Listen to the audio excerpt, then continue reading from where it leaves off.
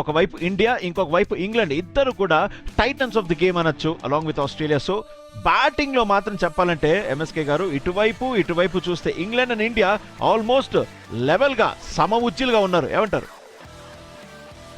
Just add to this, white ball cricket ని complete గా redefine చేసేసారు ఇంగ్లీష్ వాళ్ళందరూ కూడా. ముఖ్యంగా T20 అండ్ దాంతోపాటు ఓడిఐ క్రికెట్ కనుక చూస్తే they are the first people who consistent గా 400 రన్స్ కొట్టడం అనేది ఇంగ్లాండ్ టీం నుంచే మనం చూసాము. వెస్టిండీస్తో జరిగిన ఒక ఓడిఐ సిరీస్లో బ్యాక్ టు బ్యాక్ 2 సార్లు 400 పైన కొట్టారు.